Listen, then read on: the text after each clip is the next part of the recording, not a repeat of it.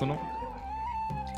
तो वैराग्यवती, बचपन से ही वैराग्य आ चुका है सब चीजों से, ऐसी राजकन्या वैराग्यवती। कहां तक कहें, राजा ने भी अपने घर से बाहर एक कुटिया बना करके दे दी, वहां रहती है, क्योंकि घर में जो भी आता है सबको वैराग्य का ही ज्ञान देती है। आज गुरु की कामना कर रही थी तो एक चोर गुरु का रूप धारण करके आ गया और कहा कि मैं जल तो तभी पीऊंगा जब दीक्षा लोगी। दीक्षा ले ली। दीक्षा लेने के बाद में उस चोर ने कहा कि हमारे शिष्यत्व बनाने की एक विधि जो है वो जंगल में होगी, हमारे साथ चलो। तो राजकन्या वैराग्यवती गुरुदेव के चरणों में सब कुछ अर्पित करने के लिए जितना सोना चांदी, जितना धन धान्य उनके पास था, सब इकट्ठा करके अपने साथ अपने गुरुदेव के साथ जा रही है। बीच घनघोर जंगल में जाकर के उस चोर ने विचार किया, यहां राजा की सेना मुझे नहीं ढूंढ पाएगी और मैं यहां इसके पास जितना धन है सब चुरा करके यहां से भाग जाता हूं, पर यह भी एक तरीके से भागूंगा। कैसे? वैराग्यवती से कहा, वैराग्यवती इधर आओ। जी गुरुदेव आज्ञा करो। ये जितनी पोटली सामान सोना चांदी सब नीचे रख दो। रख दिया गुरुदेव, आज्ञा करो। पेड़ के पास खड़ी हो जाओ। पेड़ के पास खड़ी हो गई। एक बड़ी रस्सी लेकर के आए वो चोर और उस रस्सी से वैराग्यवती को बांध दिया और कहा, अब तुम्हारी असली दीक्षा हो रही है। क्या करना होगा गुरुदेव? बोले, जब तक मैं लौट करके ना आऊं तब तक तुमको यहीं बंधे रहना पड़ेगा, और तुम अगर यहीं बंधी रही तो तुम्हारी दीक्षा पूर्ण होगी। फिर तुम जो चाहोगी, जिस ठाकुर का दर्शन, जिस भाव का दर्शन, जिस लोक की प्राप्ति, वो सब तुमको मैं गुरु कृपा से तुमको प्रदान करूंगा। बस याद रहे, जब तक मैं आऊं ना यहीं बंधी रहना। वैराग्यवती बोली, गुरुदेव आप चिंता मत करो, मेरी निष्ठा है आपके चरणों में। बंध गई वहीं पर। इतनी सरलता तो अच्छी, पर हमें हमारे प्रसंग पूरे करने तो नहीं। ध्यान से सुनो। तो वैराग्यवती, बचपन से ही वैराग्य आ चुका। ध्यान से सुनो।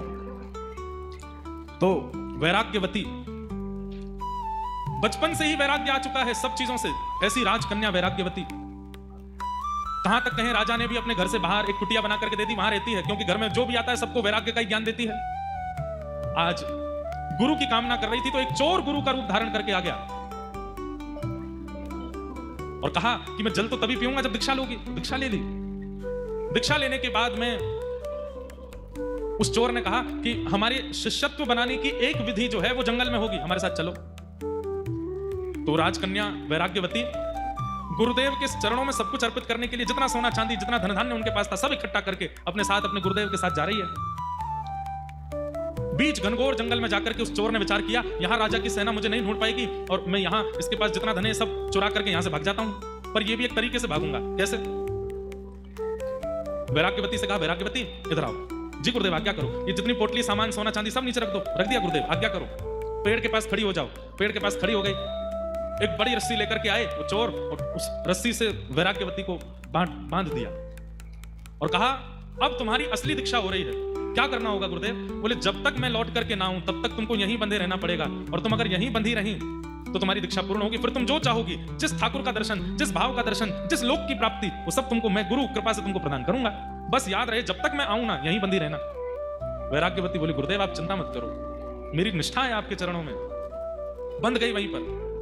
वो चोर गुरु जो बने थे, सारा धन धान्य लेकर के सोना चांदी आदि सब चुरा करके वहां से और निकलते बने। अपनी पोशाक सब उतार के फेंक दी। खूब नाचने लगे। बोले, अब तो आनंद आ गया, 1-2 साल की भरपाई हो गई, इतना सोना चांदी मिल गया, गुरु बनकर के किसी को ठग लिया, अब आनंद आएगा। और वैराग्यवती तो वहीं खड़ी है और बार बार उस चोर के चरणों का ही स्मरण कर रही है। कैसे युगल चरण है मेरे गुरुदेव के, कैसे सुंदर स्वरूप है मेरे गुरुदेव के, मेरे गुरुदेव कितने कृपालु हैं। यहां राज्य में हल्ला हो गया कि वैराग्यवती अपने भवन में नहीं है और सारे उसके गहने और जितने भी सोने चांदी आदि थे वो सब भी वहां से कोई ले जा चुका है। राजा ने अपनी सेना लगा दी चारों दिशाओं में, मेरी पुत्री को ढूंढो, कहां है? ढूंढते ढूंढते 3 दिन लगे। 3 दिन बाद घनघोर जंगल में वैराग्यवती मिली। एक पेड़ से बंधी हुई खड़ी है, मुख पर प्रसन्नता है, अपने गुरुदेव का स्मरण कर रही है। तभी सैनिकों ने जाकर के वैराग्यवती को प्रणाम किया। प्रणाम राजकुमारी, पिताजी महाराज आपको ढूंढ रहे हैं, आप जल्दी चलिए। जैसी रस्सी खोलने लगे, खबरदार खोलना नहीं, मेरे गुरुदेव मुझे बांध करके, मेरी दीक्षा चल रही है, जब तक गुरुदेव लौट करके नहीं आएंगे तब तक मुझे यहीं रहना है। सैनिक अब इससे ज्यादा क्या कर सकते हैं? दौड़ करके राजा को जाके बताया, उस जंगल में वहां वैराग्यवती बंदी है, बोल रही है कि गुरुदेव बांध के गए हैं, वो जब तक नहीं खोलेंगे तब तक नहीं आऊंगी। राजा, राजमाता, पूरा परिवार गया। सबने जाकर के कहा, वैराग्यवती चलो यहां से आगे जाना है घर पर, तब तक बंदी रहोगी, 3-4 दिन तो तुम्हें हो गए। पिताजी आप तो जानते हैं बचपन से ही मेरा स्वभाव वैराग्य का रहा है, कृपा करके जब तक मेरे गुरुदेव आके ना खोलें तब तक मेरे को स्पर्श मत कीजिएगा। मेरे गुरुदेव ही आकर के रस्सी खोलेंगे तभी मैं यहां से जाऊंगी। राजा बोले, तुम्हारे गुरु कौन है? क्या नाम है, कौन से संप्रदाय के हैं, किस शहर में रहते हैं, कहां उनका आश्रम है, कुछ तो बताओ। वैराग्यवती बोली ये तो मुझे नहीं पता। वो तुम्हें नहीं पता तो फिर कैसे चलेगा काम? मैंने गुरुदेव से नहीं पूछा, गुरुदेव बताएंगे तो मैं उसकी जानकारी रखूंगी, मैं अपने आप कैसे पूछ सकती हूं? राजा बोले क्या करें? बड़े बड़े आचार्य, बड़े बड़े राजघराने में जो संत महापुरुष थे, सबने आकर के वैराग्यवती को समझाने का प्रयास किया। वैराग्यवती वो कोई गुरु नहीं है, वो ठग है, तुम्हारे सारे बर्तन लेकर के, सारे तुम्हारे आभूषण लेकर के भाग गया है, कोई गुरु रूप धारण करके आया, तुमको ऐसे ही परेशान करके चला गया है। वैराग्यवती बोली कृपा करके मेरे गुरुदेव के बारे में ऐसा मत बोलिए, वो मेरे गुरु हैं, वो चाहे तो मेरा सर्वस्व ले लें, मुझे कोई चिंता नहीं है। बड़े बड़े संत, बड़े बड़े ऋषि आचार्य आए, लेकिन कोई भी वैराग्यवती को मुक्त नहीं कर पाया। अगर आपने मुझे मुक्त करने का प्रयास किया, मैं प्राण त्याग दूंगी अपने। सब चिंता में बैठे, तभी अनेक संतों ने नारद जी का स्मरण किया, वहीं बैठ करके यज्ञ किया, नारद जी का आवाहन करना चाहा कि हे नारद जी आप पधारो। हाथ में करताल लेकर के, वीणा लेकर के श्री नारद जी प्रकट हो गए और प्रकट होकर के बोले कहिए क्या बात है? बोले कि हमारी पुत्री यहाँ पिछले करीब 10-12 दिनों से बंधी हुई है, वो कह रही है गुरु आके खोलेंगे तो ही मुक्त होंगे। नारद जी महाराज ने जाकर के कहा पुत्री मैं नारद हूं, देवदत्ताम मिमाम वीणाम स्वरत ब्रह्म विभूषिताम मूर्छयित्वा हरिकथाम गायमानस चराम्यहम। मैं देवदत्ता वीणा लेकर के जगह जगह ठाकुर जी का यश गाता हूं, मैं नारद हूं। मैं तुम्हें आज्ञा देता हूं, ये रस्सी खोल दो, माता पिता परेशान हो रहे हैं तुम्हारे, और तुम जिस गुरु के लिए यहां बंधी हुई हो वो गुरु नहीं है, वो कोई और है, वो केवल तुम्हारा धन हरण करने के लिए आए थे। इतने में वेदमती वैराग्यमती बोलने लगी मुझे विश्वास हो गया आप नारद नहीं हो। बोले कि तुम्हें मुझ पर संशय हो रहा है? बोले हाँ, क्योंकि मेरे गुरु की निंदा कर रहे हो मेरे सामने खड़े होके। नारद जी वो नहीं हो सकते जो गुरु निंदा करे, नारद तो वो होते हैं जो गुरु की महिमा बतावे। आप मेरे गुरु की निंदा कर रहे हो, आप नारद नहीं हो सकते। नारद जी हार गए, राजा हार गए, पूरा परिवार हार गया, लेकिन वैराग्यमती ने रस्सी नहीं खोली। अंत तो गत्वा नारद जी ने जाकर के भगवान से कहा, बोले भगवान घनघोर कलयुग आ गया है। बोले क्यों? बोले एक चोर समान गुरु की बात मान करके एक वैराग्यमती नाम की कन्या अपने आप को पेड़ से बांध करके खड़ी है। उसका गुरु कोई संप्रदाय से नहीं है, उसकी गुरु की प्रणाली कोई परंपरा से नहीं है। घनघोर पापी एक चोर जबरदस्ती गुरु दीक्षा देकर के चला गया, और उस वैराग्यमती को देखो बंद करके खड़ी है एक पेड़ से, मेरे गुरु आके खोलेंगे तो ही खोलूंगी। ठाकुर जी बोले हम चलते हैं, हम जाकर के बोलेंगे तो खोलना पड़ेगा। शंख चक्र गदा पद्मधारी श्रीमन नारायण गरुड़ पर विराजमान होकर के आ गए। चारों लोकों से महाराज, चारों ओर से, तीनों लोकों से पुष्प वर्षण होने लगा। ठाकुर जी प्रकट हो गए, वैराग्यमती के नेत्र सजल हो गए, पूरा परिवार धन धन्य हो गया। ठाकुर जी प्रकट हो गए, ठाकुर जी प्रकट हो गए। ठाकुर जी ने प्रकट होकर के वैराग्यमती को देखा, बोले हम तुम्हारी निष्ठा पे बहुत प्रसन्न हैं। ऐसी गुरु निष्ठा, ऐसी गुरु निष्ठा कि तुमने इतने महीनों से अपने आप को पेड़ से बांध करके रखा है, हम तुम्हारी निष्ठा से बड़े प्रसन्न हैं। अब हम आज्ञा करते हैं, तुम ये रस्सी खोल दो। और जिन गुरु का मंत्र लेकर के और जिन गुरु से दीक्षा लेकर के तुम यहां खड़ी हो, वो गुरु नहीं है, वो एक चोर है, वो सामान्य व्यक्ति है, केवल तुमको ठगने के लिए गुरु का रूप धारण करके आया।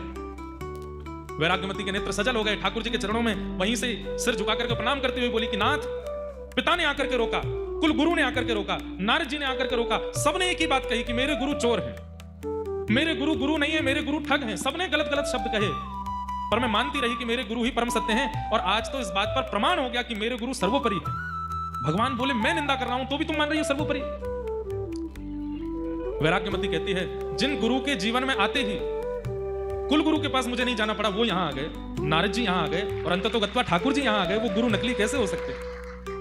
जिन गुरु की दीक्षा प्रदान करते ही ठाकुर जी को मेरे सामने आना पड़ गया। अरे लोग हजार हजार वर्ष तक तप करते रह जाते हैं, आप उनकी तरफ देखते तक नहीं हो। यहां पर 11 दिन मुझे बंधे हुए पेड़ से, और मेरे गुरु बांध करके चले गए और बोल करके गए जब तक मैं ना आऊं तब तक खोलना नहीं। अगर मैंने पहले ही खोल दिया होता तो आज आपके दर्शन होते, नारद जी के दर्शन होते, इतने युग पुरुषों के दर्शन होते। ये मेरी गुरु की वाणी और ये मेरे गुरु की कृपा है।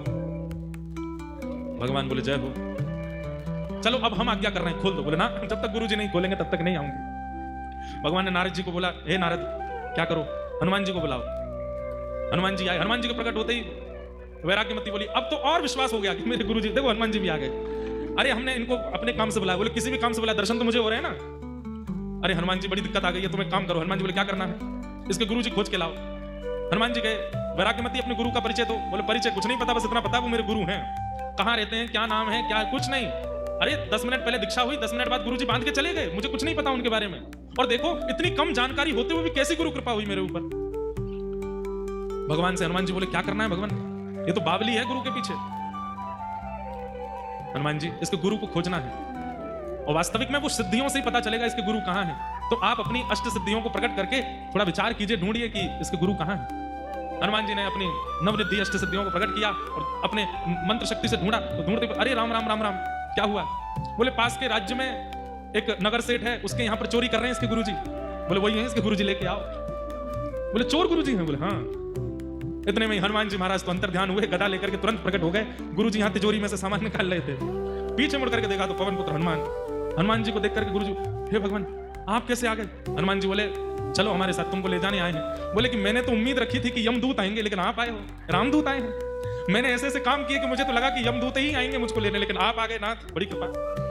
हनुमान जी लेकर के पहुंचे, जैसे ही प्रकट हुए हनुमान जी गुरु जी को लेकर के, आहा शंख चक्र गदा पद्म धारण करके गरुड़ जी पर भगवान बैठे हैं, नारद जी बैठे हैं, बड़े बड़े देवता बैठे हैं, और सारा राजवंश खड़ा है, और एक पेड़ से बंधी हुई वैराग्यमती खड़ी।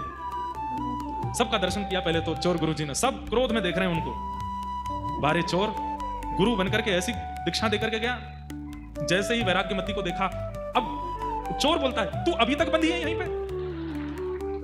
वैराग्यमती बोली गुरुदेव आप आज्ञा करके गए थे कि जब तक आप नहीं खोलोगे तब तक मैं यहीं बंधी रहूंगी। भगवान ने कहा सबसे पहले तो इसको मुक्त करो। जाकर के जैसे ही रस्सी खोली, वैराग्यमती ने चरणों में प्रणाम किया, भगवान गुरुदेव आपकी कैसी कृपा, 10 मिनट आपने मुझे दीक्षा प्रदान किया, रस्सी से बांध करके गए, आपकी कृपा से श्री हनुमान जी का दर्शन, नारद जी का दर्शन, पिता महाराज का दर्शन, गुरुदेव का दर्शन, ठाकुर जी का दर्शन हो गया। गुरुदेव आपको वंदन करती हूँ, प्रणाम करती हूँ। भगवान ने हनुमान जी की ओर देखा, नारद जी की ओर देखा, सब साधन मुझे प्राप्त करने के एक तरफ, हनुमान जी देख लीजिए, और गुरु निष्ठा एक तरफ, ये गुरु निष्ठा है। तो हमारी प्रार्थना, ये बात हमने क्यों कही, गुरु को गुरुत्व मत सिखाओ, उनको रहने दो वो जैसे हैं। आप अपने शिष्यत्व में निष्ठा ले आओ। अगर गुरु अपनी पदवी से कभी गिर भी गए होंगे तो आपका शिष्यत्व उनको उठा लेगा, उनको पुनः विराजमान कर देगा। आजकल ऐसा ही होता है, हमारे भारत में कई जगह पर ऐसे ही गुरु प्रकट हो गए हैं। हर कोई दत्ता जी के जैसा स्वरूप का नहीं है, हर कोई श्रीमद वल्लभाचार्य जी जैसा नहीं है, श्री हितवंश महाप्रभु जैसा नहीं है, हर कोई रैदास जी जैसा नहीं है। गली गली में गुरु फिरे, हमसे दीक्षा लो, स्वर्ग जाओ चाहे नरक में, हमें तो बस लिफाफा दो, ऐसे गुरु हैं। पर हमारी आपसे प्रार्थना, पहली बात, सीधे गुरु मत बनाइए, कुछ दिन वाणी का संग कीजिए, वचनामृत सुनो। और आप पूछेंगे कि वाणी में क्या सुने? वाणी से अनुभव कीजिए कि आपके चित्त के संशयों का समाधान होता है कि नहीं। और दूसरी विशेष बात, इनकी वाणी सुनकर के मुझे भगवत साक्षात्कार की अनुभूति होती है कि नहीं। ठाकुर जी के प्रति अगर सामीप्य बढ़ रहा है, गलत मार्ग त्यागने की चित्त में इच्छा हो रही है, अपने जीवन को सुधारने का मन बन रहा है, अगर किसी की वाणी सुन करके, किसी का दर्शन करके, किसी के संग रह करके अपने दोषों को दूर करने की चित्त में इच्छा प्रकट हो रही है, तो समझो वो गुरु, और तब उनसे दीक्षा ग्रहण करो।